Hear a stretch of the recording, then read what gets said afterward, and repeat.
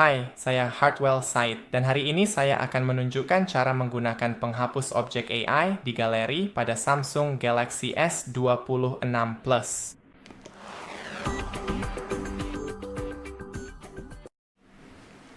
Pertama, masuk ke galeri dan pilih gambar yang ingin Anda ubah, lalu klik Edit, dan disinilah fitur AI tersedia. Ketuk atau gambar di sekitar apapun yang ingin Anda hapus. Jadi saya ingin dua pena ini.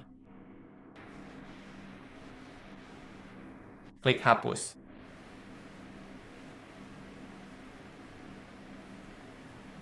Dan sekarang di sini salah satu pena terhapus. Saya rasa keduanya, dan di sini hanya ada kabel lampu di belakang tanaman. Jadi itu saja. Terima kasih sudah menonton. Jangan lupa untuk beri like dan sampai jumpa di video berikutnya.